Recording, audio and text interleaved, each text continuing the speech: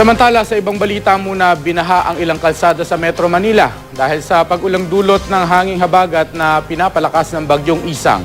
Dahil sa masamang panahon, nagsuspindi na ng klase at pasok sa opisina ang University of the Philippines sa Maynila. Makibalita tayo kay Maureen Dalope Galapon. Inulan ng malaking bahagi ng Metro Manila kagabi. Binaha ang ilang lugar tulad ng Barangay Maysilo sa Mandaluyong City. May mga pasaherong na stranded at mga sasakyang tumirik sa gitna ng gatuhod na baha. Malakas ang ulan kasi walang tigil, halos isang oras eh. Baka high tide din ng ilog kaya medyo tumaas. Nakahanda nga kami maglikas ng mga pasahero dyan sa kabila. Hintayin ko na lang bumaba yung baha. Tapos siya ako susundin yung asawa ko. Ganito rin ang naging sitwasyon sa Rizal Avenue sa Maynila.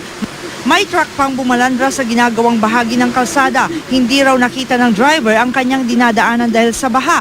Lampas gutter naman ang baha kagabi sa ilang bahagi ng Quirino Avenue, Taft Avenue at UN Avenue.